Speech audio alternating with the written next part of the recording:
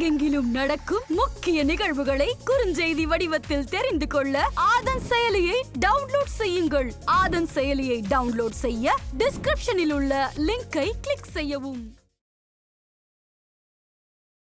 First விஷயம், தேங்காய் இருந்தால் அதில் தலையை சுற்றி உடச்சிக்கலாம். 2025 மெயினாக அஷ்டம சனியுடைய பாதிப்புங்கிறது முற்றிலும் விடுபடக்கூடிய ஒரு விஷயம். அஷ்டம சனியில் இது அதெல்லாம் கிடையாது. எது பண்ணக்கூடாதோ அதை போய் மாட்டியிருப்பாங்க. தப்புன்னு தெரியும், ஆனால் அது குஷியாக இருக்கும்.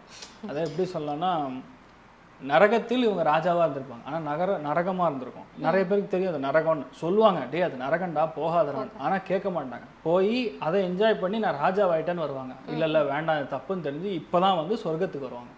இந்த ரெண்டு டிஃப்ரென்சியேஷன் கிளாசிஃபிகேஷன் பார்க்குறவங்களுக்கு நான் என்ன சொல்ல வரேன்னு புரியும். அதாவது செய்யக்கூடாத தப்பு, கூடாத இடம், அவமானப்படக்கூடாத இடம், இந்த மாதிரி நிறைய இடங்கள்ல போய் தெரியாமல் மாட்டின்னு இருப்பாங்க. தெரியும் அது பக்கா தப்புன்னு தெரியும், ஆனால் அதில் போய் தெரியாமல் மாட்டிக்கிறது. கடகத்தில் பிறந்தவங்க லாஸ்ட் ஒரு 1.5 வருஷம் 2 வருஷத்தில் வண்டி வாகனங்களில் போகும்போது நிறைய பேருக்கு விபத்துகள்லாம் நடந்திருக்கும். சில பேருக்கு டயரில் பிரச்சனை வந்து இதாக இருக்கும், சில பேருக்கு பஞ்சரே ஓட்டியிருப்பாங்க, ஆன் ஸ்பாட்டில் நடந்திருக்கும். நல்லா போயிட்டு இருப்பாங்க, டக்குன்னு பிளாக்கு. எத்தனை பேருக்கு பயணத்தடைகள் ஏற்பட்டதுன்னு கேட்டிங்கன்னா கதறுவாங்க. வீட்டில் பெரியவங்கனால அவதி நல்லா தான் இருக்கும், ஃபேமிலியே சூப்பராக இருக்கிற மாதிரி இருக்கும். ஆனால் வீட்டில் பெரியவங்க கடுமையான எதிர்ப்பு, பாரபட்சம் பார்ப்பாங்க. ஒரு வீட்டில் 2 குழந்தைகள் இருந்தாங்கன்னா கடகத்தில் இருந்தக்கூடிய குழந்தைய மட்டும் தனியாக பிரிச்சிருப்பாங்க. இல்லைன்னா அவங்க நல்லாவே பண்ணியிருந்தாலும் நீங்கள் பண்ணுறது சரியில்லை, நீ எதிர்த்து பேசுகிற, நீ வந்து நம்ம குடும்பத்துக்கு சம்மந்தப்படாத ஆளாக இருக்க, நீ பண்ணுறது சரியில்லை அப்படிங்கிற நிறைய இடங்கள் இந்த மாதிரி பிரச்சனைகள். ஆனால் இது எல்லாத்துலேருந்து ஒரு விமோச்சனம்னா கடகத்துக்கு கண்டிப்பாக ஏற்படுறது. ஏன்னா அஷ்டமத்துலேருந்து சனி 9ஆம் இடத்துக்கு போகிறாருன்னா கிட்டத்தட்ட 85% உங்களுக்கு பிரச்சனை சோழி முடிஞ்ச மாதிரி தான். அதனால் பயப்பட வேண்டிய அவசியம் கிடையாது. அதில் ரொம்ப முக்கியமாக பார்க்கும் பொழுது 9ஆம் இடத்துக்கு சனி போகிறாரு, என்ன பண்ணுவார் அப்படின்னா வீட்டில் பெரியவங்களுடைய ஹெல்த் பார்த்துக்கணும். அதே மாதிரி நிறைய பயணங்கள் போகிற மாதிரி வரும், லாங் ட்ராவல் போகிற மாதிரி வரும். ஆனால் சனிங்கிறது கர்மாவிற்கான காரகன் அல்லவா, காலபுருஷனுக்கு 12ஆம் வீடு. அதனால் வெளியூர் வெளிநாடுகளில் போய் செட்டில் ஆகக்கூடிய பிராப்தம். கடகத்தில் பிறந்தக்கூடிய பல பேர் இப்போ வந்து மலேசியா சிங்கப்பூர் போய் செட்டில் ஆவாங்க, அங்கே போய் ஒரு வேலை பார்க்குறது, இந்த மாதிரி தொழிலில் இறங்கக்கூடிய பிராப்தம். அதுலேயுமே 9ஆம் இடம்னா பாக்கியஸ்தானம். அப்பா மூதாதியர்கள் செய்து கொண்டிருக்கக்கூடிய அந்த ஒரு வேலை தொழில் எடுத்து இப்போ பண்ணலான்னு தோணும். நிறைய பேர் ஆசிரியர் தொழில், சில பேர் கோவில் சம்மந்தப்பட்ட தொழில், இந்த மாதிரி ரிசர்ச் சம்மந்தப்பட்ட விஷயங்கள், இதெல்லாம் ரொம்ப சாதனை புரியக்கூடிய காலகட்டமாக கடகத்துக்கு இருக்கப்படுது. இதில் பெரிய அதிர்ஷ்டம்னா 12ஆம் இடம் விரயஸ்தானத்துக்கு குரு போகிறார். அதனால் படிப்புக்காக, இடமாற்றத்திற்காக, குழந்தைகளுக்காக நிறைய நல்ல செலவுகள் பண்ணக்கூடிய வாய்ப்புகள், அதெல்லாம் பெரிய ஒரு ஏற்றம். இன்னொன்று பெரிய ஒரு நல்ல விஷயம் என்னன்னா, வீடு நிலப்புறங்கள் வாங்கக்கூடிய பிராப்தம், கடன் அடையக்கூடிய பிராப்தம், நோய் கொஞ்சம் உடம்புலேருந்து வெளியே போகக்கூடிய பிராப்தம். அது மாதிரி அஷ்டமத்துக்கு குரு பார்வை கிடக்குதுன்னா பெரிய ஒரு யோகம். என்னன்னா எதிர்பாராத அதிர்ஷ்டம். நீங்கள் எதிர்பார்க்கறது குறி வச்சது வருதோ இல்லையோ, குறி வைக்காதது இற விழுகும் கண்டிப்பாக. அந்த மாதிரி நிறைய நல்ல விஷயங்கள் கடகத்துக்கு ஏற்படும், ஒரு பெரிய அதிர்ஷ்டமாக. இன்னொன்று இந்த ராகு கேத்துக்கான பேச்சில் பார்க்கும்போது 2ஆம் இடத்துக்கு வந்து கேத்து வர்றார், இடது கண் சம்பந்தப்பட்ட பாதிப்புகள். அதே மாதிரி குடும்பத்தில் இருக்கக்கூடிய ரொம்ப முக்கியமான ஒரு பெரியவர் கொஞ்சம் பெரியவர் மாதிரியும் இல்லை தூரமாக போகிற மாதிரியும் ஆகும். குடும்பத்தில் சட்ட சிக்கல் வராமல் பார்த்துக்கணும். கேத்து 2ஆம் இடத்துல வந்து உட்காந்துன்னா கண்டிப்பாக குடும்பத்தை ஏதோ இடத்துல சட்ட சிக்கலை உருவாக்கும். ஃபேமிலியில் உங்களுக்காக இருக்கலாம், இல்லை உங்கள் குடும்பத்தில் இருக்கிற யாரோ ஒருத்தருக்கு லீகல் காம்ப்ளிகேஷன் வரலாம், அதை பார்க்குற மாதிரி வரும். இல்லை அப்பா மூலியமே வரும், இந்த மாதிரி நடக்கும். அது மாதிரி அஷ்டமத்தில் ராகு ஆகும்போது கண்டங்கள், இதெல்லாம் தெரியும், பேராபத்துன்னு தெரியும். சைக்கிளு மோட்டார் சைக்கிள் அப்படியே ரிவர்ஸில் ஓட்டுறது, இந்த மாதிரி விஷயங்கள்லாம் வேண்டாம். சர்க்கஸ்லாம் காட்ட வேண்டாம், நிறைய பிரச்சனைகள் கொடுக்கும். அதை மட்டும் பார்த்துட்டா போகிறோம், மற்றபடி பெரிய பாதிப்பு.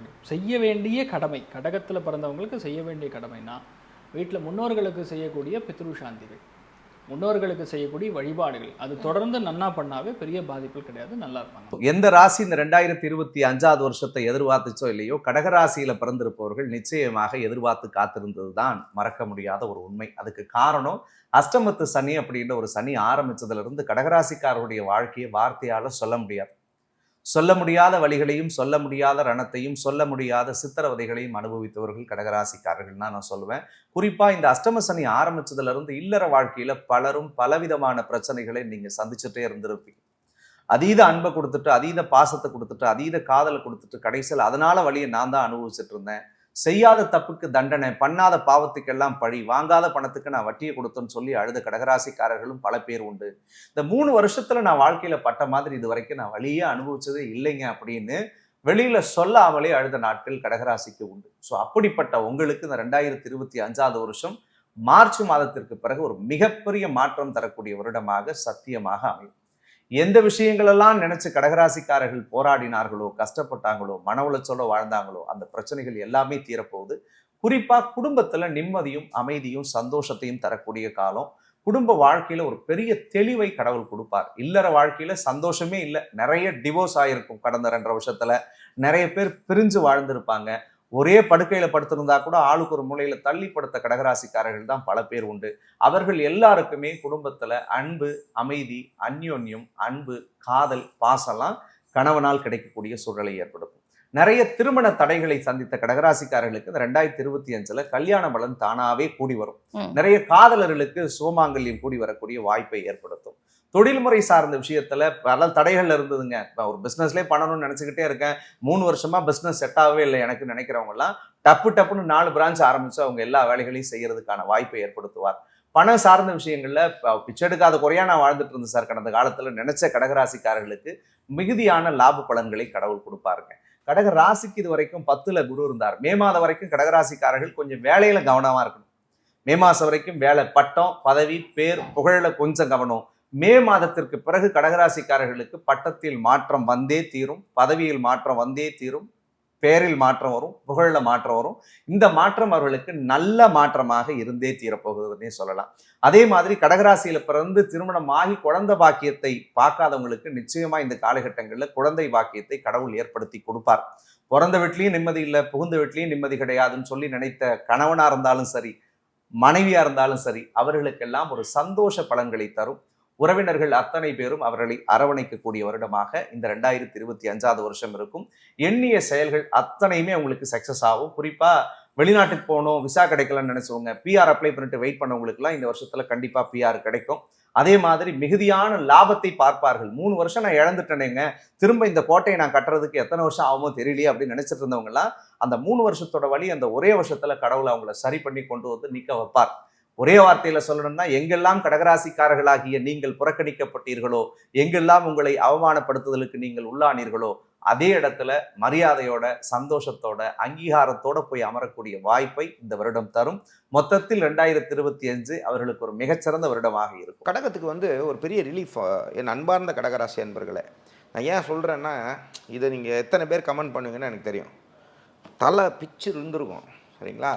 ஒரு 2.5 வருஷம் மண்டை பிஞ்சு போய் என்னடா வாழ்க்கை, எங்கே போனாலும் அடிக்கிறாங்களே அப்படிங்கிற மாதிரி. அதுதான் சொல்கிறேன், சனி மிக கெட்டவர் உங்களுக்கு. அதுக்குன்னு இது எல்லாத்துக்கும் பொதுவான விஷயம் கிடையாது, நீங்கள் புரிஞ்சுக்கணும். அப்போது இப்போ உங்களுக்கு பெரிய நீங்கள் சந்தோஷப்படணும். என்ன, உங்களுக்கு சனி அந்த அஷ்டமத்து சனி முடிஞ்சு உங்களுக்கு பெரிய நன்மைகள் கிடைக்க போகிறது. ஃபஸ்ட்டு என்ன இருக்கும், ஒரு பெரிய கனம் உங்களை விட்டு குறையும் சரிங்களா. எப்பயுமே நீங்கள் நல்லா புரிஞ்சுக்கணும், கடகத்துக்கு சனி எப்பெல்லாம் டச் பண்ணாலும் உங்களுக்கு பிரச்சனையை தான் கொடுப்பார்.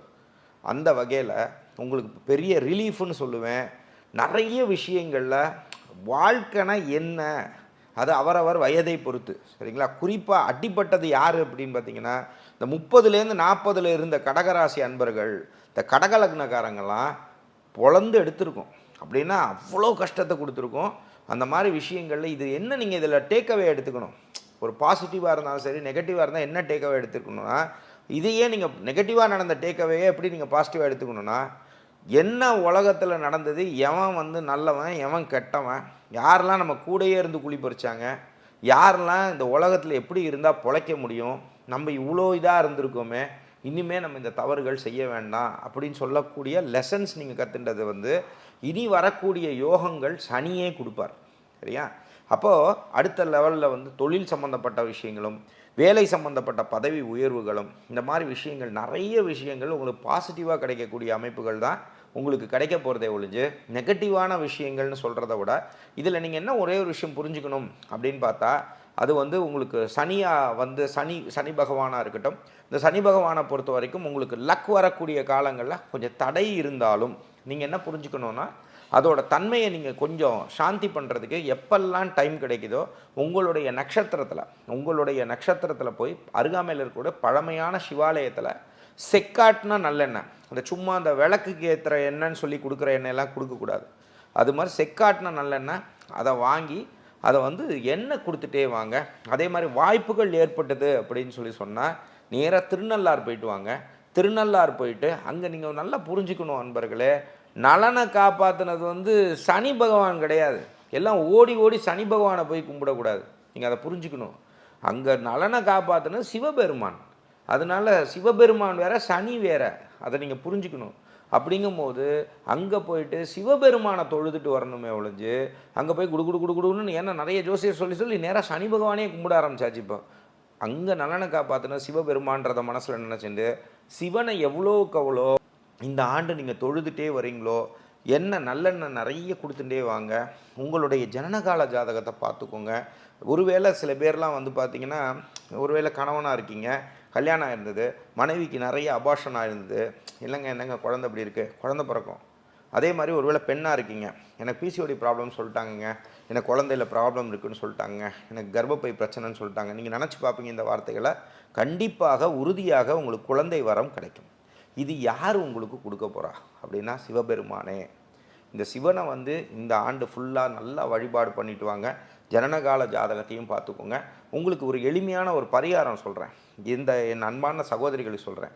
கர்ப்பப்பை சம்மந்தமான பிரச்சனை, பிசிஓடி ப்ராப்ளம், இந்த மாதிரி விஷயங்கள் உங்களுக்கு யாராவது சொல்லியிருந்தாங்கன்னா, மருத்துவ ரீதியாக சொல்லியிருந்தாங்கன்னா நல்லா புரிஞ்சுக்கோங்க.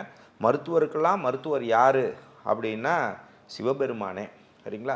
சிவபெருமானை மனசார நினச்சிட்டு திங்கக்கிழமை நீங்கள் என்ன பண்ணலான்னா சிவ வழிபாடுகள் பண்ணிகிட்டே வர்றது, அபிஷேகங்கள் பண்ணிகிட்டே வர்றது, குறிப்பாக வைத்தியநாத சுவாமிக்கு போய் கோயிலுக்கு போயிட்டு வர்றது. வைத்தியத்தால் கைவிடப்பட்டவர்களுக்கு கூட வைத்தியநாத சுவாமி காப்பாற்றுவார்னு சொல்லுவாங்க. சரியா? அதெல்லாம் சத்தியமான உண்மை.